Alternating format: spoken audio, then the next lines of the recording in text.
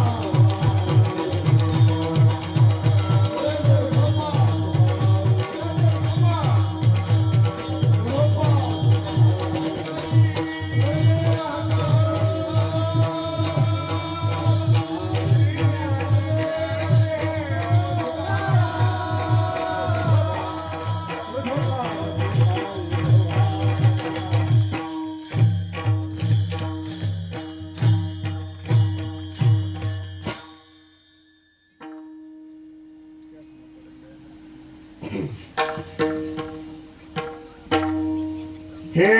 तो एक संता हे तो एक संता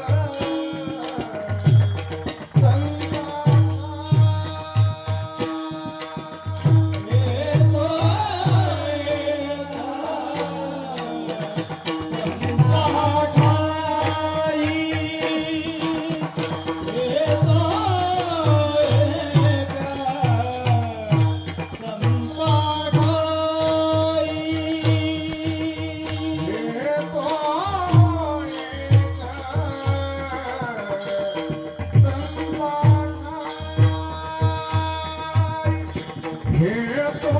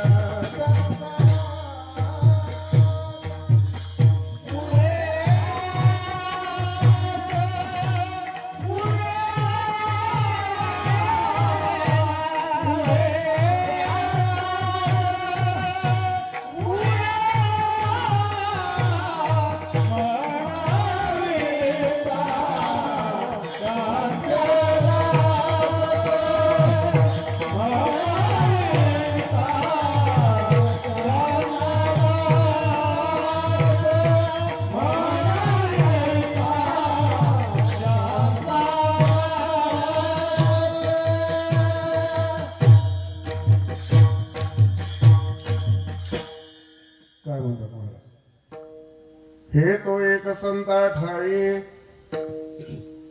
लाभ पाये उत्तम म्हणविता त्यांचा दास पुढे सौरेन कृपादान केली संती कल्पांती सरेन म्हणविता त्यांचा दास पुढे सौरेन तुका म्हणे संत सेवा हेची देवा उत्तम म्हणविता म्हणविता त्यांचा दास पुढे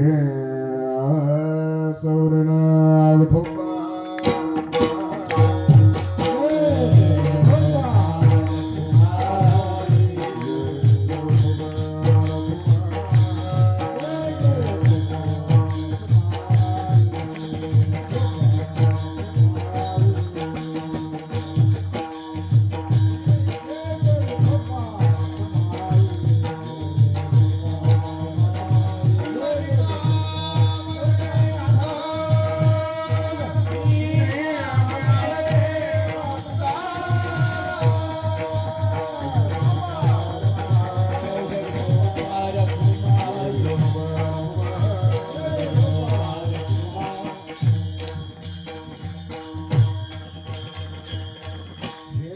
संता ठाई लाभ पायी उत्तम म्हणविता त्यांचा दास पुढे सूर्यना श्रीमंत श्री जगद्गुरु तुकोबारा या अभंगामधून संत संगतीचं महत्व आपल्या समोर विशद करत आहे. संत संगत केल्यामुळे उत्तम लाभ प्राप्त होतो. त्या लाभाचं स्वरूप, त्या लाभाचं महत्व आणि त्या लाभाची श्रेष्ठता महाराजांनी या अभंगामध्ये आपल्या समोर मांडलेली आहे. संत संगतीबद्दल महाराजांचा आग्रह हा गाथ्यामध्ये विशेषत्वानं पाहायला मिळतो, प्रकर्षानं पाहायला मिळतो. ज्यावेळी भगवंताकडे महाराजांनी काही मागणं केलं असेल, ज्ञानोबारांनी काही मागणं केलं असेल, नामदेवरायांनी काही मागणं केलं असेल, नाथरायांनी काही मागणं केलं असेल, त्यावेळी संत संगतीचा आग्रह त्या मागण्यामध्ये आम्हाला प्रकर्षानं पाहायला मिळतो, महत्वानं पाहायला मिळतो. ज्ञानोबारायांनी 9000 ओव्यांचा ज्ञान यज्ञ केला आणि ज्ञान यज्ञ केल्यानंतर प्रसादाचं दान त्या विश्वेश्वराकडे मागितलं. विश्वाचा जो ईश्वर असेल त्या ईश्वराकडे 9000 ओव्यांच्या त्या यज्ञाबद्दल मला काहीतरी आपण प्रसाद द्यावा म्हणून पसायदानाची मागणी केली. आणि ती मागणी करत असताना मागणीची सुरुवातच आहे, जे खळांची व्यंकटी सांडो तया सत्कर्मे रती वाढो भूता परस्परे पडो मैत्र जीवाची. इथून मागणीची सुरुवात होते आणि ती मागणी चालत चालत चंद्रमेजे अलांछन मार्तंड जे तापहीन ते सर्वाही सदा सज्जन सोयरे होतु. तापहीन असणारे ज्ञान मार्तंड आणि अलांछन रहित असणारे, लांछन रहित असणारे, चंद्राप्रमाणे शीतळ असणारे असे ते सज्जनांची संगती लाभो ही ज्ञानोबारांनी सुद्धा मागणी केली. महाराजांच्याच गाथ्याचा जर विचार करायचा म्हणजे महाराजांच्या गाथ्यामध्ये आपण पहा, महाराजांच्या गाथ्यामध्ये सुद्धा अशा पद्धतीच्या कित्येक मागण्या पाहायला मिळतात. महाराजांनी आम्हाला सांगितलं की बाबांनो, संतांची संगत जर एखाद्यामुळे मिळत असेल, संत संगती एखादी परी व्हावे त्याचे द्वारी श्वान याती. ज्याच्यामुळे ही संगत प्राप्त होते त्याच्या द्वारी श्वान होण्याची जरी वेळ आली तरी ती वेळ सोडू नका, त्याच्यामध्ये कमीपणा समजू नका. अशा पद्धतीच्या अभंगाचा विचार महाराजांनी केला. अशा पद्धतीचे अभंग आम्हाला गाथ्यामध्ये पाहायला मिळतात. महाराज, ती संत संगती आहे काय नेमकी? आपण सांगता, इतर महात्मेही सांगतात आणि त्या पद्धतीनं शास्त्रही सांगता आम्हाला. सत्संगेन परम प्राप्य दुस्तरम तरते चिरा तस्मादपि प्रयत्नेन सत्संगम सततम कुरु. संत संग सतत करा, त्यासाठी प्रयत्न करा. असा संत संग आहे तो काय? असा लाभ प्राप्त होतो. कुठला लाभ प्राप्त होतो जो इतरत्र आम्हाला कुठे मिळणार नाही आणि जो केवळ आणि केवळ संतांच्या संगतीमध्ये प्राप्त होतो. आपण अभंगाचं चिंतन करत असताना म्हणता की हे तो एक संता ठाई लाभ पायी उत्तम. देवा, पिंडे पिंडे मती भिन्ना एक म्हण आहे, वाक्य उपयोग आहे. प्रत्येकाच्या मतीप्रमाणे विचार बदलत जातात. शास्त्रकारांनी अखिल मनुष्याच्या स्वाभाविकतेचा विचार केला, अभ्यास केला. मनुष्य नेमका प्रेरित आहे कुठल्या बाजूने, त्याला हवंय काय, त्याची इच्छा काय. अशा शास्त्रकारांनी सकल मनुष्यांच्या, सकल जीवांच्या मानसिकतेचा अभ्यास केला. आणि अभ्यास केल्यानंतर मनुष्याला 4 जीवामध्ये विभागलं. पैकी आहेत पामर, विषयी, जिज्ञासू आणि मुक्त. हे 4 प्रकार मनुष्यांची पाडले. पामर म्हणजे काय असत, जे केवळ आणि केवळ विषयाचा भोग घेण्यासाठी जन्माला आलेले असतात. भारतीय दर्शनशास्त्र आहे देवा, आणि त्या दर्शनशास्त्रामध्ये नास्तिक नावाचं एक दर्शन आहे. आणि त्या दर्शनाचे दार्शनिक आहेत चार्वाक. त्या चार्वाकानं समाजाला उपदेश केला. कुठला उपदेश केला? बाबांनो, यावत जीवम सुखम जीवेत ऋणम कृत्वा घृतम पिबेत. हा प्रसिद्ध उपदेश चार्वाकांचा. याचा अर्थ काय? यावत जीवन सुखम जीवेत म्हणजे काय? अरे जोपर्यंत जगताय सुखानं जगा. सुखानं जगा म्हणजे कसं जगा? विषयांचा भोग घ्या. जोपर्यंत तो देह आहे, जोपर्यंत या देहामध्ये सामर्थ्य आहे, तोपर्यंत भोग आणि भोगच घ्या. भोगाशिवाय दुसरं काही घेऊ नका. का हो? अहो मनुष्य आहात तुम्ही, विचार करण्याची क्षमता आहे तुमच्या अंगी. चार्वाकांनी एक उदाहरण दिलं. समजा एखाद्या गाढवासमोर एका बुट्टीमध्ये उकंड्यावरची घाण ठेवली आणि दुसऱ्या बुट्टीमध्ये गुळ ठेवला. तो गाढव तोंड लावणार कशाला? गुळाला का कचऱ्याला? कचऱ्याला तोंड लावणार गाढव. का? गाढवाला गुळाची चव असते का? गाढवाला काय कळतं का गुळ खावं का काय खावं? नाही. त्याला आनंद असतो तर कचऱ्यामध्येच. पण तुमचं तसं नाहीये बाबांनो. तुम्ही विचार करू शकता, तुम्ही नीर क्षीर विवेक करू शकता. तुमच्यामध्ये योग्य अयोग्य याच्यामध्ये फरक करण्याचा विवेक आहे. म्हणून या देहाला वाया घालू नका. अरे जोपर्यंत देह आहे तोपर्यंत या देहाचा जेवढा उपभोग घेता येईल तेवढा उपभोग घ्या. देह संबंधी जेवढे पदार्थ आहेत तेवढ्या सगळ्या पदार्थाचा उपभोग घ्या. देहाला वाया घालू नका. अरे मेल्यानंतर जे व्हायचे ते मेल्यानंतर बघू. आतापासून का त्याची चिंता करायची? अरे बाबा, दान धर्म केलं की स्वर्ग प्राप्ती आहे, नामस्मरण केलं की अमुक प्राप्ती आहे, हे केलं की ते प्राप्ती आहे. त्याच्या नादामध्ये देह हा त्या गोष्टींमध्ये वाया घालवायचा, त्या गोष्टी करायला त्या देहाला लावायच्या आणि भोग राहिले बाजूला. अरे बाबा, मेल्यानंतर सत्कर्म केलं की मेल्यानंतर स्वर्ग प्राप्त होतं हे सांगायला आलंय कोण? अनुभव द्यायला आलाय कोण? त्यामुळे मेल्यानंतरच्या स्वर्गाची चिंता करू नका. जिवंतपणी स्वर्गाचे भोग कसे मिळवता येतील याचा विचार करा. हे चार्वाकाचं समाजाला सांगणं. आणि या मतावरती चालणारी मंडळीही आहेत जी केवळ आणि केवळ विषयाचा भोग घेण्यासाठीच जन्माला आलेले असतात आणि त्याच्यासाठी कुठल्याही पातळीला जाण्याची यांची तयारी असते. कुठल्याही पातळीला जाण्याची. आपल्याला एक दाखला देतो. एक साधारणतः 4-5 वर्षांपूर्वी एक घटना घडली बघा. सतत त्या घटना घडत असतात, पण थोडी ही घटना विशेष आहे. त्या पुलवामावरनं त्या सैन्य दलाचा ताफा हा प्रवास करत होता पुलवामाच्या त्या जवळ काश्मीरमध्ये. काय त्यांच्या 8-10 गाड्या गाड्या असतील, एका गाडीमध्ये 40-45 जवान असतील ते असतील. अचानक त्या ठिकाणी एक वाहन येतं ज्याच्यामध्ये स्फोटक द्रव्य भरलेले असतात आणि ते वाहन जाऊन ह्या जवानांच्या सैनिकांच्या गाडीवरती धडकतं, ज्याच्यामुळे स्फोट होतो आणि 40-45 जवान एका ठिकाणी वीरगतीला प्राप्त होतात, शहीद होऊन जातात.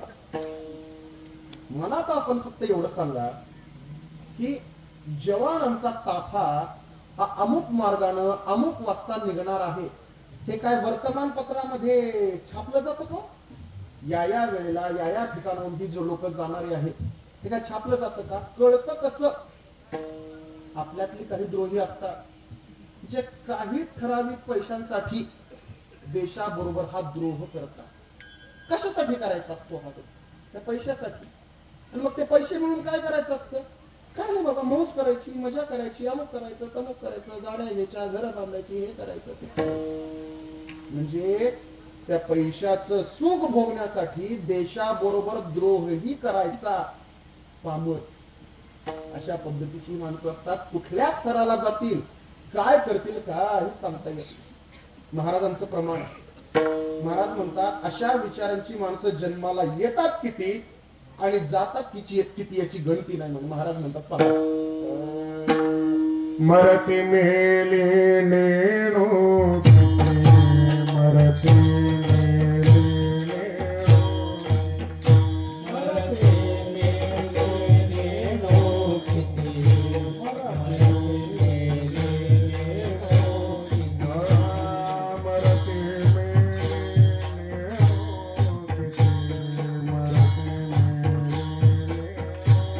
किती मरती मेली नेणो किती मरते मेले नेणो किती तोची लाभत याची संगती तोची लाभत याची संगती तोची लाभत याची संगती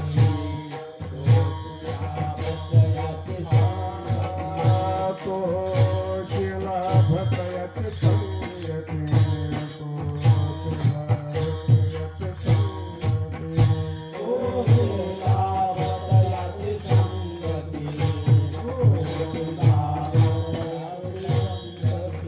म्हणून येतो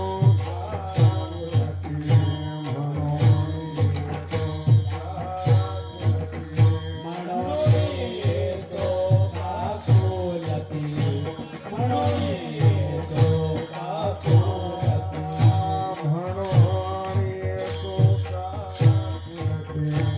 म्हणून येतो काकुलती म्हणून येतो काकुलती धीर तो चित्ती धीर तो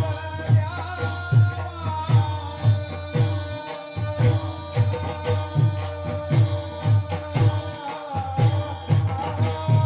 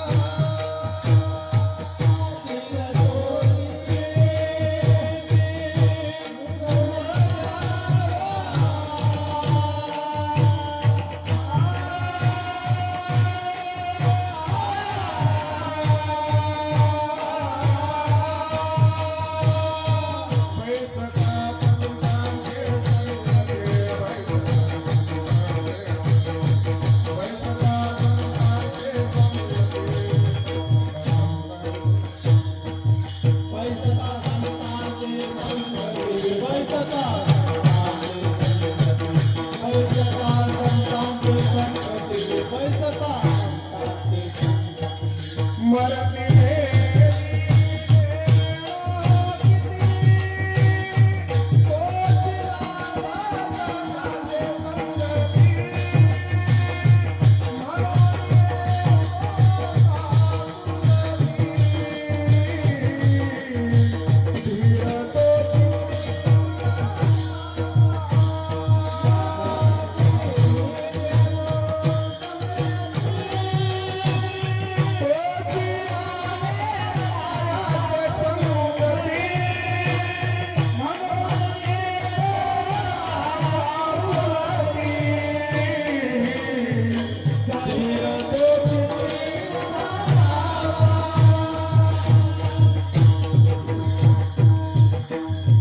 मरती मेली नेणो किती तोचिला भक्त याचे संगती. किती माणसं मरतात आणि किती जन्माला येतात याची काही गणती नाही म्हणतात.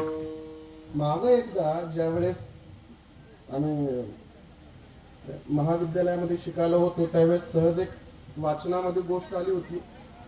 म्हणे प्रत्येक सेकंदाला भारतामध्ये एक 1,500 ते 2,000 मुलं जन्माला येतात. प्रत्येक सेकंदाला, मिनिटाला नव्हे. ते वाचलं होतं एक काहीतरी 3-4 वर्षांपूर्वी वाचलं होतं. आता त्याचं प्रमाण जास्त झालं असेल अथवा कमी झालं असेल. अहो, जेवढी जन्माला येतात तेवढी मरतात. काय साध्य केलं? मनुष्य देह आहे कशा करिता? दिली, इंद्रिय, हात, पाय, कान कशा करिता देवा? मनुष्य देह आहे देह अवस्थेमधून बाहेर पडण्यासाठी. जीवाच्या पाठीमाग 84 घरांचं एक दुःख लागले देवा. 84 लक्ष एवढीचं दुःख त्या जीवाच्या पाठीमाग. देहाचा आणि दुःखाचा अविनाभाव संबंध आहे देवा. साखळी असते, साखळी. त्या साखळीच्या कड्या एकमेकांमध्ये अशा अडकलेल्या असतात. ज्याप्रमाणे त्या कड्या अडकलेल्या असतात त्याप्रमाणे देह आणि दुःख हे अडकलेले. देहाशिवाय दुःख नाही, दुःखाशिवाय देह नाही. शास्त्रकारांनी जीवाच्या पाठीमाग 3 पद्धतीचे दुःख सांगितले. आध्यात्मिक, आदिभौतिक आणि आदिदैविक. आध्यात्मिक म्हणजे स्वतःच्या देहाद्वारे होणारा त्रास, मिळणारं दुःख म्हणजे आध्यात्मिक दुःख. ज्वर आला, त्रास झाला, दुःख होत. अपघात झाला, पायाला लागलं, रस्त्यानं चालत होता, संध्याकाळची वेळ होती आणि ते रस्त्यावरती ठेवलेला दगड दिसला नाही, त्या दगडाला जाऊन पायाची ठेच लागली आणि अंगठा फुटला. दुःख झालं. आध्यात्मिक दुःख. स्वतःच्या देहाद्वारे स्वतःला होणारा त्रास, दुःख आध्यात्मिक. दुसरा आहे आदिभौतिक. दुसऱ्या देहाद्वारे शेतामध्ये गेला आणि बांधावरच गवत खुरपत बसले. शेजारच्याच आणि ह्याच हाडाचं वैर. वेळच वाहत होता, वाट बघत होता कधी एकटा सापडतोय आणि ह्याला संपवतो. बांधावरती खुरपताना एकटा दिसला, आजूबाजूला कोण नाही. घरी गेला, कुऱ्हाड आणली, जवळ आला, फिरवली, डोक्यात घातली. आदिभौतिक, दुसऱ्या देहाद्वारे होणारा त्रास. आणि आदिदैविक म्हणजे इतर शक्तींद्वारे. एखादी हडळ पाठीमागं लागणं, एखादं पिशाचे पाठीमागं लागणं, एखादा मुसोबा पाठीमागं लागणं, हे इतर देहाद्वारे होणारा त्रास म्हणजे आदिदैविक त्रास. त्यातलं कुठला ना कुठला तरी दुःख आपल्या पाठीमागं असतं आणि असतच. याच्या वाचून कोणीही चुकलेला नाही. आणि हे तोपर्यंत आहे जोपर्यंत देह आहे तोपर्यंत. देहावस्था गेली की कुठलंही दुःख नाही आहे, तो केवळ आणि केवळ आनंद. आणि या दुःखामधून, या बंधनामधून बाहेर पडण्यासाठी हा देह मिळाला. हे राहिलं बाजूला. विषयाचा भोग घेण्यासाठी जन्माला. क्रमांक 2 आहे विषयी, जे विषयाचा भोगच घेतात. पण विषयाचा भोग घेत असताना त्या विषयाची गुणवत्ता ठरवायची आणि त्या गुणवत्तेचा विषय जर मिळाला तर भोगायचा, सरसकट भोगत बसायचे नाही. उदाहरणादाखल एखाद्याला श्रीखंड खूप आवडतो, खाणार कुठला तो? जर चितळेचं मिळत असेल तर खायचं, नाहीतर इतर कुठलं लोकल खात बसायचं नाही. चितळेचं जर असेल तर आणि तरच खायचं, नाहीतर नको बाबा मला. म्हणजे विषयाचा भोग ठरवून कपडे घ्यायचे. कुठले कपडे घ्यायचे? लिननचं जर असेल तरच. लिननचंच कपडे घालतो मी, दुसरं कुठलं घालत नाही. कॉटन, बिटन, पॉलिस्टर वगैरे जमत नाही, लिननच लागतं. म्हणजे विषयाची योग्यता ठरवायची आणि त्या योग्यतेचा जर विषय मिळत असेल तरच विषय घ्यायचा. पामर जे असतात की नाही ते कुठलाही विषय बघतात. म्हणजे कसं, अहो 50 रुपये कापड पण मिळतं आणि 5,000 रुपये मीटर कापड हे मिळतं. मग 50चं घेतलं काय आणि 5,000चं घेतलं काय? विषयीचं तसं नसतं. घेत असताना 5,000 मीटरच घ्यायचं, 50 आणि 500च्या नादालाच लागायचं नाही. विषयाची गुणवत्ता ठरवायची आणि मग तो विषय घ्यायचा, तोपर्यंत नाही. विषयी कोटीमधले जे लोक असतात ते काही अंशानं परमार्थिकही असतात, परमार्थ करतात, पण त्यांनी केलेला परमार्थ असतो कशासाठी? ज्ञानोबा सांगतात, म्हणते संसारे जन्मिजे यज्ञाधिक कर्म किजे स्वर्ग सुख भोगिजे मनोहर. यांनी परमार्थ करावा, नामस्मरण करावं, देवधर्म करावा, तपतीर्थाटन करावं, दान व्रताचरण करावं, सगळं करावं, पण कशासाठी? इथं आमचं चांगलं सुरू आहे बाबा, पण वरती गेल्यानंतर त्या स्वर्गातले भोग मिळावेत, त्या ठिकाणी गेल्यानंतर तिथले दिव्य भोग मिळावेत, याच्यासाठी केलेला परमार्थ. आम्ही वाचलेली एक गोष्ट आहे. एक व्यापारी होते आणि त्या व्यापाऱ्याने एकदा आपल्या घरी सत्यनारायणाची पूजा ठेवली. पुरोहिताला बोलवलं, पाहुण्यांना बोलवलं, मित्रांना बोलवलं. पुरोहित आले, पूजा मांडली. पूजा सुरू करण्याच्या पूर्वी पुरोहितांनी विचारलं, म्हणे यजमान तुम्ही ही पूजा करताय कशा करिता? यजमानांनी सांगितलं, माझा व्यापार आहे आणि त्या व्यापारामध्ये वृद्धी व्हावी याच्याकरिता मी ही पूजा करतोय. हरकत नाही. पुरोहितांनी त्या पद्धतीने संकल्प सोडला, पूजा सांगितली, जेवण झाली आणि जाताना पुरोहितांनी यजमानांना विचारलं, म्हणजे यजमान तुम्ही मला पूजा सांगायला बोलवलं, मी पूजा सांगितली, संकल्प सांगितला तुमच्या व्यापारामध्ये वृद्धी व्हावी, नेमका तुमचा व्यापार आहे कशाचा? त्या सावकारांनी सांगितलं, माझा व्यापार आहे स्मशान भूमीला लाकडं पुरवण्याचा. आता फक्त मला आपण सांगा की पूजा व्यापार मोठा व्हावा याच्यासाठी. व्यापार मोठा केव्हा होईल? ज्यावेळेस लाकडाचा पुरवठा जास्त होईल त्यावेळेस व्यापार मोठा होईल. लाकडाचा पुरवठा मोठा होईल केव्हा? जेव्हा माणसं जास्त मरतील त्यावेळेस लाकडाचा पुरवठा जास्त होईल. केलेला परमार्थ प्रापंचिक वस्तूच्या भोगाच्या कामनेनं केलेला विषयी. याचा पुढचा प्रकार आहे तो म्हणजे जिज्ञासू, जे या अवस्थेमधून पुढे निघून गेलेले असतात, ज्यांच्यावरती ईश कृपा, ग्रंथ कृपा, संत कृपा झालेली असते आणि ही कृपा झाल्यामुळे त्यांना या देहाचं वास्तव्य कळालेलं असतं. हा देह आहे कसा, देह निर्माण झालाय कसा, या देहाचं गंतव्य काय आणि हा देहनाश होणार आहे कसं, हे त्यांना सगळं कळालेलं असतं. प्रत्येकाला भेटतात, प्रत्येकाला म्हणतात, बाबांनो जन्माला आल्यानंतरच दुःख तुम्ही भोगताय. देहाला असणारं दुःख, शरीराला, मनाला, बुद्धीला असणारा त्रास हे तुम्ही सगळं भोगताय, पण बाबांनो हे तुम्ही भोगताय हे तुम्हाला कळतंय तेव्हापासून तुम्हाला याची जाण आहे. पण ज्यावेळी तुम्हाला हे कळत नव्हतं त्याही वेळी हे दुःख होतं, ते दुःख कुठंही गेलेलं नव्हतं. अरे जन्माला आल्यानंतर दुःख म्हणता का? जन्माला येण्याबरोबर, जन्माला येण्यापूर्वी दुःख नाही म्हणता का? अरे आईच्या उदरामध्ये 9 महिने राहिले आहात कसे याचा विचार करा. कसे राहिलेले असा देवा. रस्त्याने आम्ही चालत निघालो आणि चालत जात असताना आम्हाला दुर्गंध आला. आमच्या हाताला सांगावं लागत नाही, बाबा खिशामध्ये जा, खिशामधून रुमाल काढ, तो नाकाला लाव, जोपर्यंत दुर्गंध जात नाही तोपर्यंत नाकाचा तो रुमाल काढू नकोस, हे सांगावं लागत नाही. आपोआप खिशात हात जातो, रुमाल निघतो, नाकाला लाव. किती काळाचा असतो तो दुर्गंध, किती वेळ असतो तो दुर्गंध? 2 मिनिट, 5 मिनिट. 2-5 मिनिट दुर्गंध सुद्धा तुम्हाला आम्हाला सहन होत नाही. आईच्या उदरामध्ये ज्या अवस्थेमध्ये आपण असू, ज्या ठिकाणी आम्ही असू, त्या ठिकाणी अत्तराचे दिवे लावलेले असतील आणि कस्तुरीचे सडे मारलेले असतील, नाही उदबत्त्या लावलेले असतील, नाही.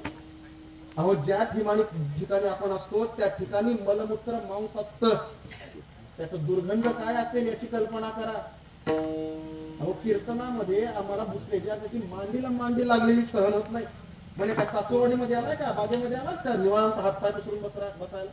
2 तास बसायचं असतं तर ही अवस्था. 9 महिने आईच्या उदरामध्ये असतो, गुडघा मुडपलेला पायाचा, आणि त्या पायाच्या गुडघ्यांवरती हाताची मिठी मारलेली आणि पायामध्ये आणि हातामध्ये मुंडकं खवलेलं 9 महिने अवस्थेमध्ये असतो. देवा किती त्रास असेल याचा विचार करा, किती त्रास असेल याचा विचार. आणि सगळं आम्ही विसरून जातो. आणि या ठिकाणी आल्यानंतर भोगानुठी भोग जातो. मुमुक्षुंना हे कळलेलं असतं. जे भेटेल त्या प्रत्येकाला म्हणत असतात, बाबा अरे बाबांनो, जन्माला येण्यापूर्वी ह्या त्रास आहे, जन्माला आल्यानंतर ही त्रास आहे. महाराज म्हणतात पहा, काय सांगो गर्भीची यात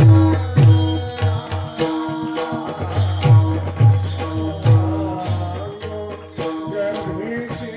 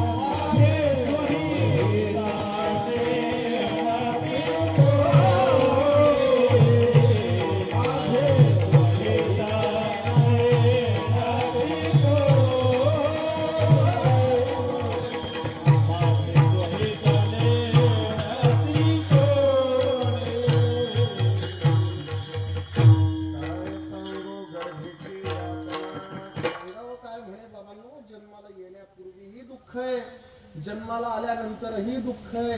या दुःखातून जर मुक्त व्हायचं असेल आणि आनंदाची प्राप्ती जर व्हायची असेल तर मोक्षाशिवाय दुसरं गत्यंतर नाही.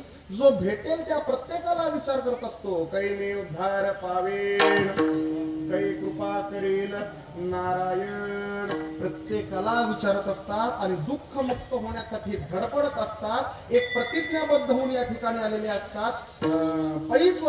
भवस्वर्गा उभगले मुमुक्षु योग यज्ञावगळले, पुन्हा जन्माला यायचं नाही ही प्रतिज्ञा करून या ठिकाणी आलेली असतात. हे सांगण्याच्या पाठीमागचा माझा आशय काय होता लक्षात घ्या.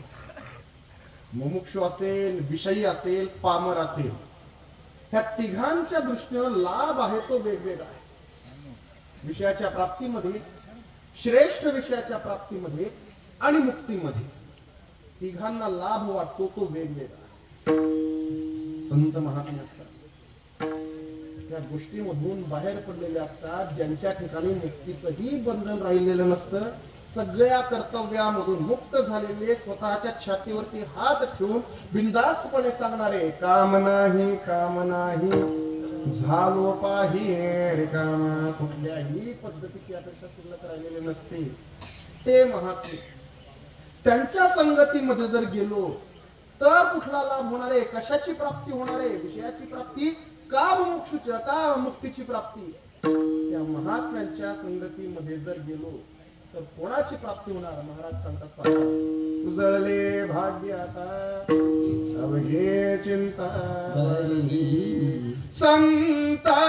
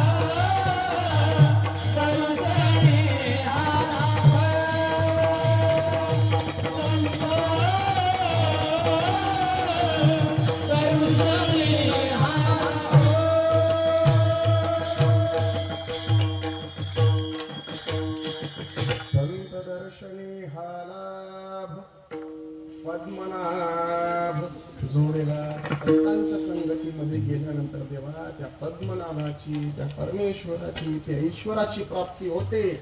याच्यापेक्षा दुसरा लाभ नाही. हे तो एक संता ठाई लाभ पाहिजे उत्तम दर्जाचा लाभ प्राप्त होतो देवा संतांच्या संगतीमध्ये गेलो की आध्यात्मिक लाभ, संतांच्या संगतीमध्ये गेल्यानंतर मोक्ष लाभ, संतांच्या संगतीमध्ये गेल्यानंतर हे दोनही पद्धतीचे लाभ प्राप्त होतात. संतांच्या संगतीमध्ये गेलो की अध्यात्म लाभ प्राप्त होतो देवा. मग अशी आपला झालेला विषय अध्यात्म म्हणजे शरीर, अशी ही अध्यात्म शब्दाची व्याख्या केली. आणि अध्यात्म म्हणजे परम सत्तेची प्राप्ती करून देणारं शास्त्र. त्या शास्त्राचं मर्म हाती येतं, अध्यात्म लाभ. संतांच्या संगतीमध्ये गेल्यानंतर आत्मलाभ होतो देवा. तुमचं आमचं स्वरूप काय हे संतांच्या संगतीमध्ये गेल्यानंतर कळतं.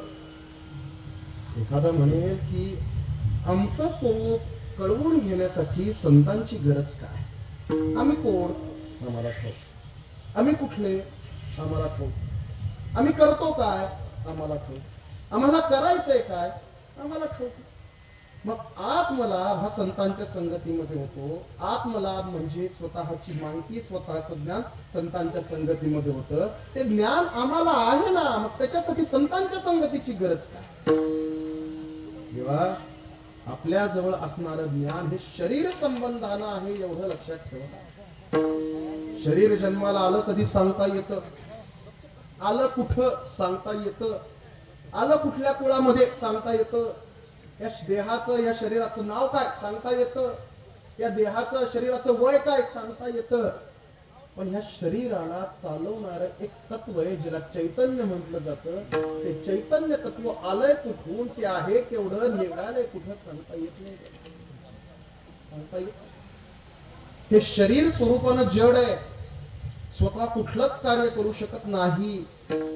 त्या शरीराकडून कार्य करून घेणार ते चैतन्य तत्व आहे.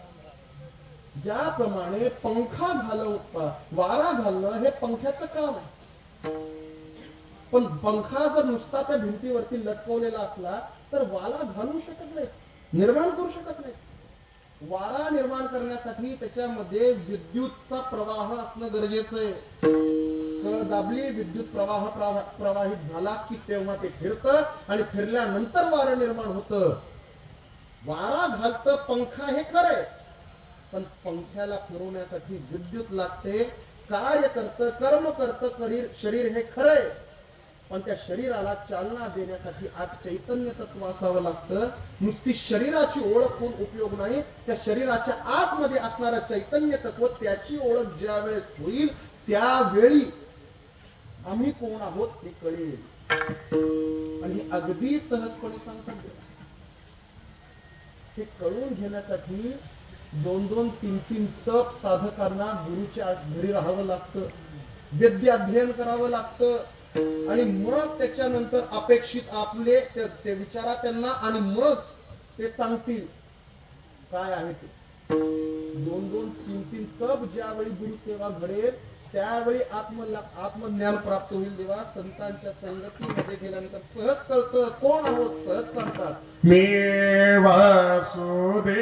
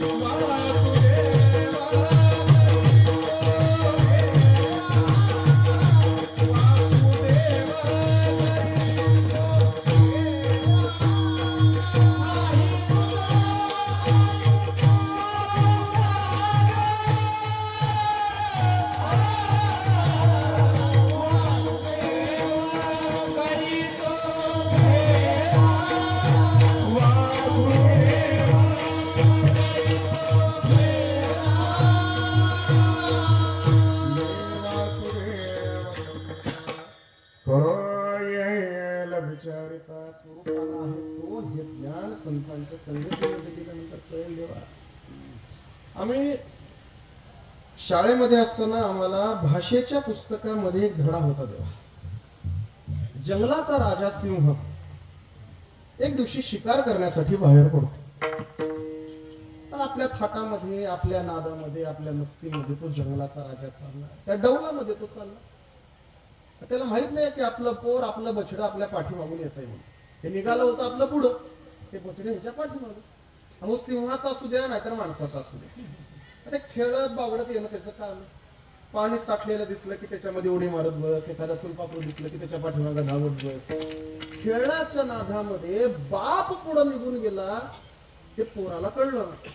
आणि आपल्या पाठीमागं आपलं पोर येतंय बापाला ठोक नाही, ते गेलं निघून तसंच पुढं. ते आपलं खेळत बसलं. नंतर येऊन पाहतो तर बाप कुठे, बाप गेला. कुठे गेला माहित नाही. ज्या दिशेला जर रस्ता दिसेल त्या दिशेनं दिवसभर धावत बसलं देवा. संध्याकाळची वेळ झाली, थकलं, एका ठिकाणी बसलं, रडून रडून झोपी गेलं. त्या ठिकाणी आलाय कोल्हा आणि त्या कोल्ह्यानं त्या बछड्याला पाहिलं. दया आली, आपल्या बरोबर घेतलं आणि गेला निघून. लहानाचं मोठं ते सिंहाचं बछडं त्या कोल्ह्याच्या कळपामध्ये होतं. कोल्ह्याप्रमाणे राहतं, कोल्ह्याप्रमाणे खातं, कोल्ह्याप्रमाणे आपलं आयुष्य जगत. कोल्ह्यांमध्ये वाढलेला स्वतःला कोल्हा समजत होता. नुसता सिंहासारखा दिसतोय पण आहे कोल्हाच, हे बाकीचे प्राणी त्याच्याबद्दल विचार करायचे. एक दिवशी ही सगळी जनावरं, सगळी प्राणी त्या तळ्याच्या काठी पाणी प्यायला म्हणून गेले. आपल्या बरोबरच राहणार आहे, नुसता दिसतोय सिंह, आपल्याला काय करत नाही हा विश्वास पटलेला. त्या कोल्ह्यांबरोबर हरणं,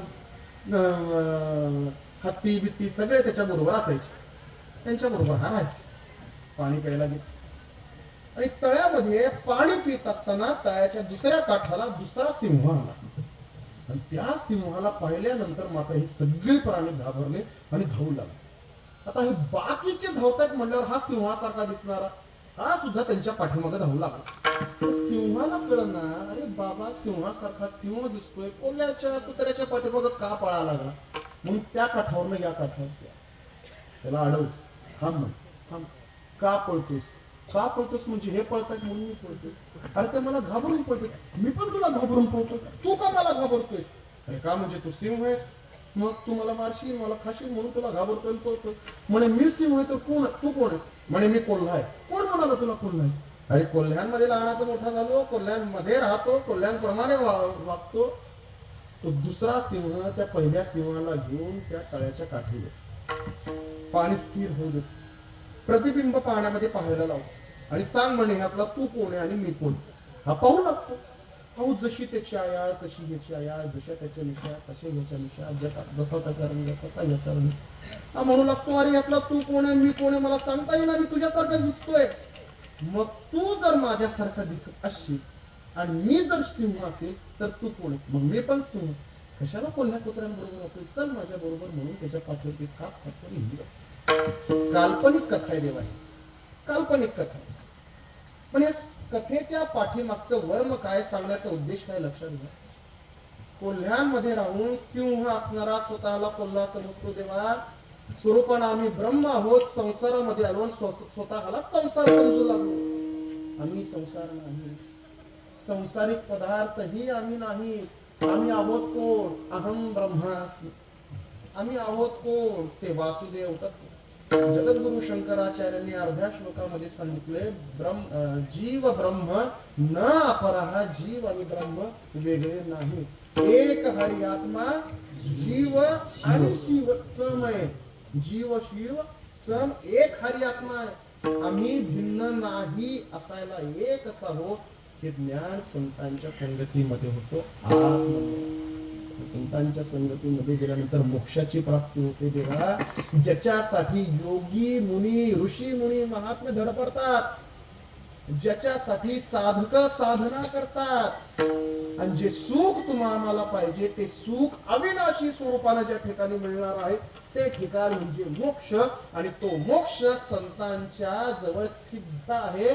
पुरुषार्थ सिद्धी चौथी घेऊनी आपुल्या हाती रिगाला वृत्तिपंथी जगा दे तू कैवल्य कणकाची या दाना न पाहिजे थोडकी साना दृष्ट्याच्या दर्शना पाढाऊ जो संत म्हणजे स्वतः मोक्ष असतात. ज्ञानोबरांचं वर्णन करताना नाथराय म्हणतात पहा, कैवल्याचा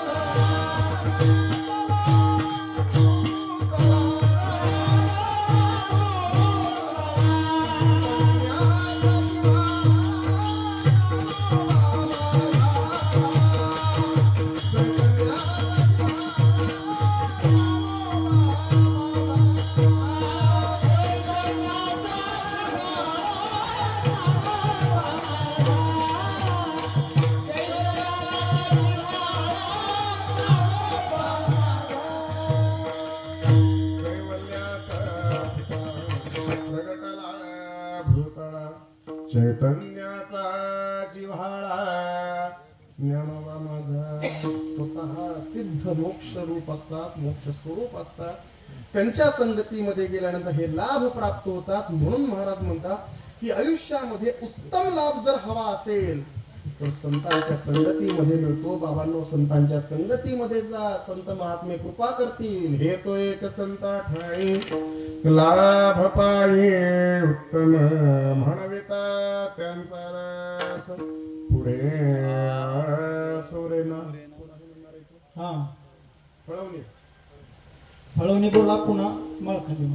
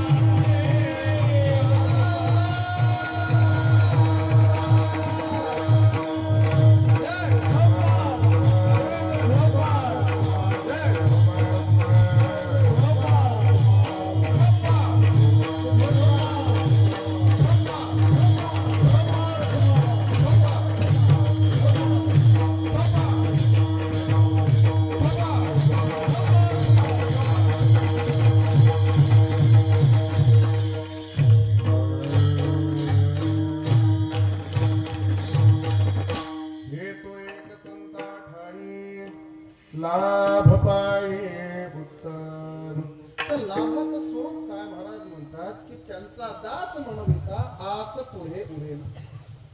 त्यांचा दास जरी म्हणून घेतलं, त्यांचा सेवक जरी म्हणून घेतलं, तरी सगळ्या इच्छा आपल्या पूर्ण होऊन जातात आणि कुठल्याही पद्धतीची अपेक्षा अंतःकरणामध्ये बीज रूपानंही शिल्लक राहत नाही.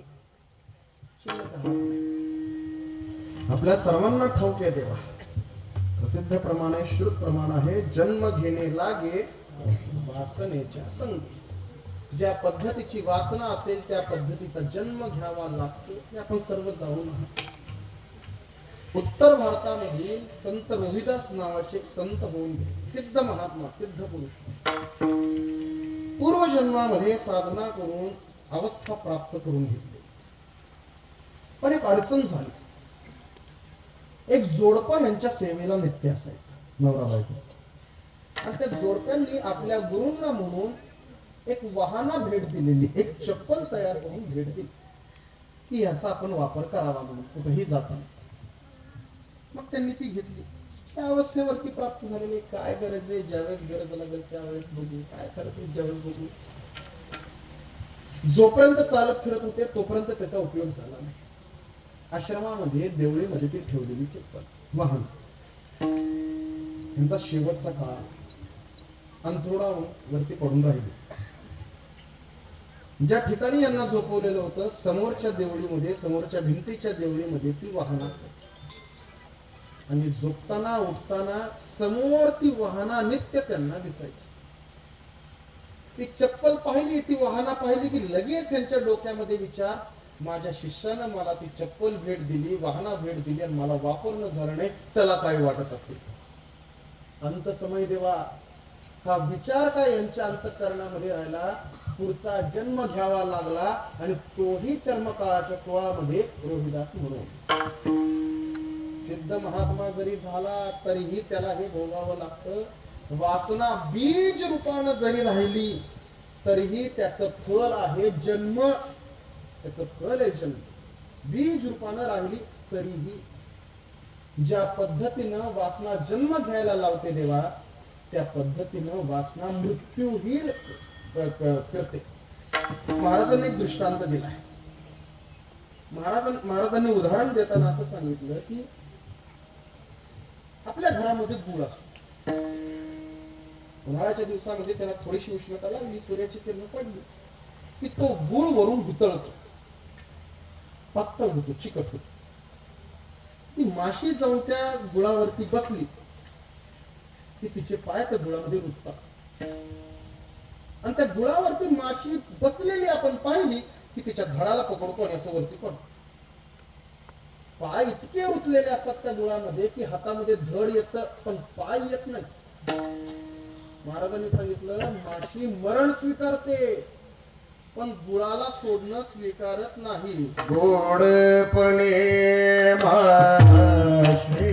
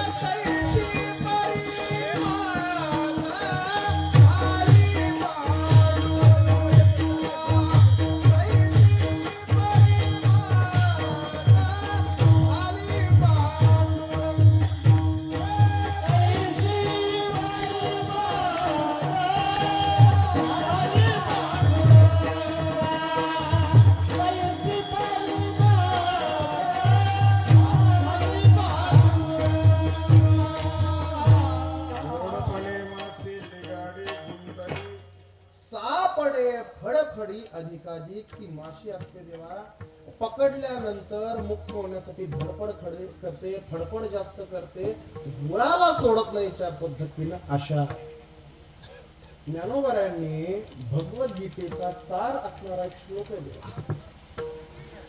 काही म्हणा, भगवद्गीतेचा सार म्हणा, भगवद्गीतेचा अंतिम श्लोक म्हणा, भगवद्गीतेचा अंतिम उपदेश म्हणा. भगवंताने अर्जुनाला भगवद्गीतेमध्ये केलेला अंतिम उपदेश, सर्व धर्मान परित्यज्य माम एकम शरणम व्रज अंत्वा सर्व पापेभ्यो मोक्षयिष्यामि मा शुचः. आणि या श्लोकावरचं ज्ञानोबारायांचं भाष्य, पहिली ओवी, आशा जैसे दुःखाते व्याधी, दुःखाला जन्म देणारी असते ती आशा, आणि ती आशा एकदा पाठीमागे लागली देवा की पळता भुई थोडी करते. कशी अवस्था करते? महाराजांनी उदाहरण दिलंय, रस्त्यावरनं चालत असताना भटका श्वान जर पाठीमागे लागला तर त्या पळणाऱ्या माणसाची जी अवस्था असेल ती अवस्था. हिंडेता गवाने या पोटा कारणे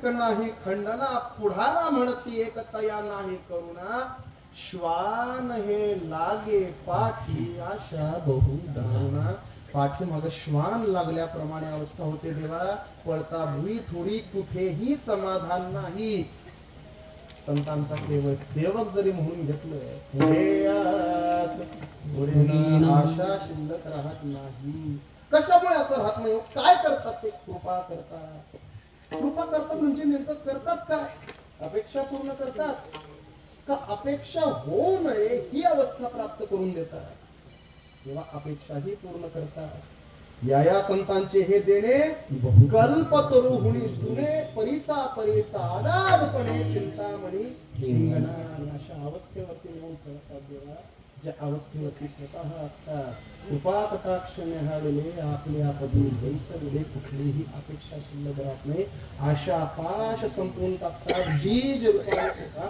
आशा शिल्लक ठेवत नाहीत होतं काय मग त्या चित्ताला आलंबन राहतं कशाचं चित्त धावतो कोणाच्या पाठीमाग मन स्थिर होतं कुठं भगवंताच्या चरणी देवा भगवंताच्या